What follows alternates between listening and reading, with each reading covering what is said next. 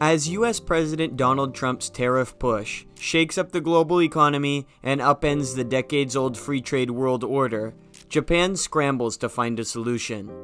The government's response has included Trump hats and golden piggy banks, but as a deal remains out of reach, will anything be enough?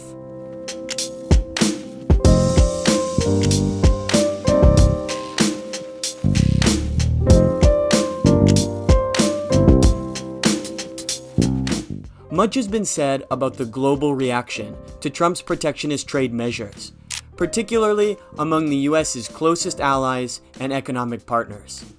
The Canadian Prime Minister, Mark Carney, declared the end of the old US-Canadian relationship in light of the tariffs and threats to Canada's sovereignty. The European Union moved to respond to the US in kind with proposed tariffs in the works that would target a wide range of American-produced goods. While much of the world has seen their trade relations with the US sour and tensions escalate as a result of the tariffs, Japan is taking a different path.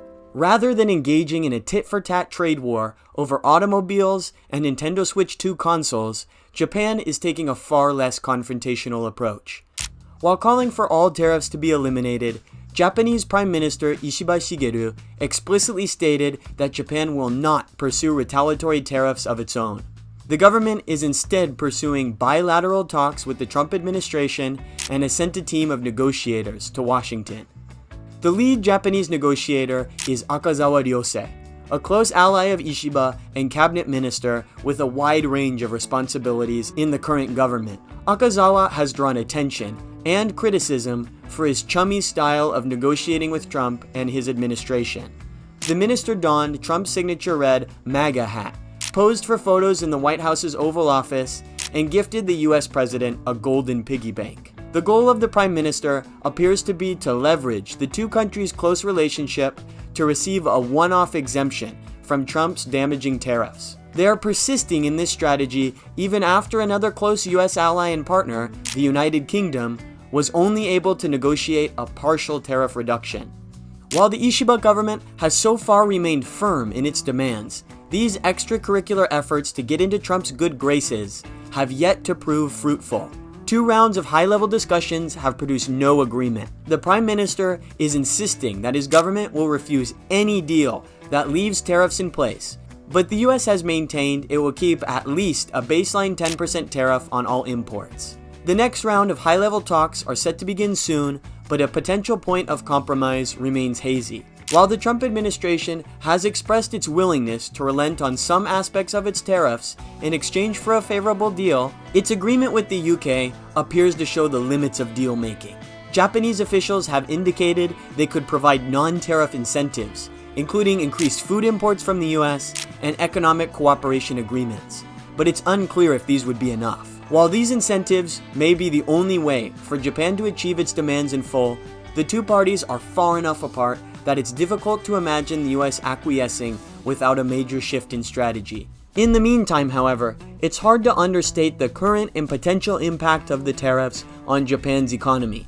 Exports and international trade make up a large share of the country's GDP, and the US is both one of Japan's closest trading partners and a huge market for many Japanese goods. Currently, the US has imposed a 25% tariff on cars, steel, and aluminum, and a blanket 10% levy on all other goods that's set to rise to 24% if a deal isn't reached soon.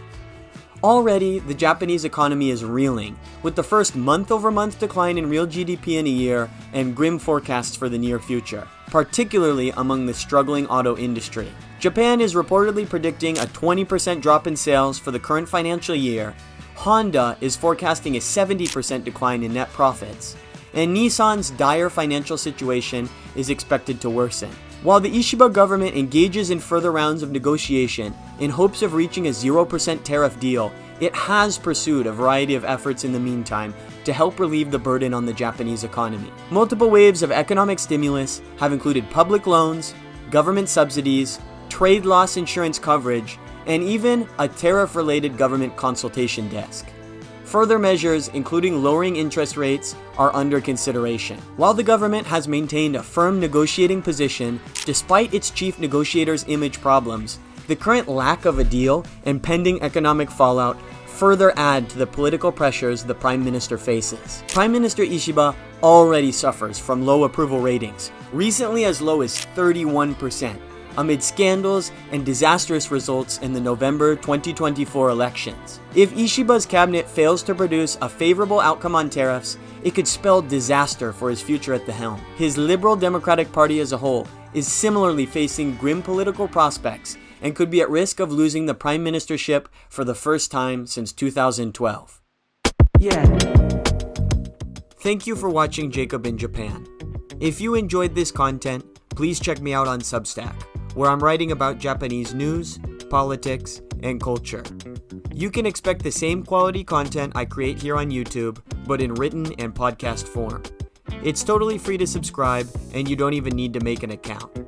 All you need to do is enter your email, and you can get the latest from Jacob in Japan straight to your inbox.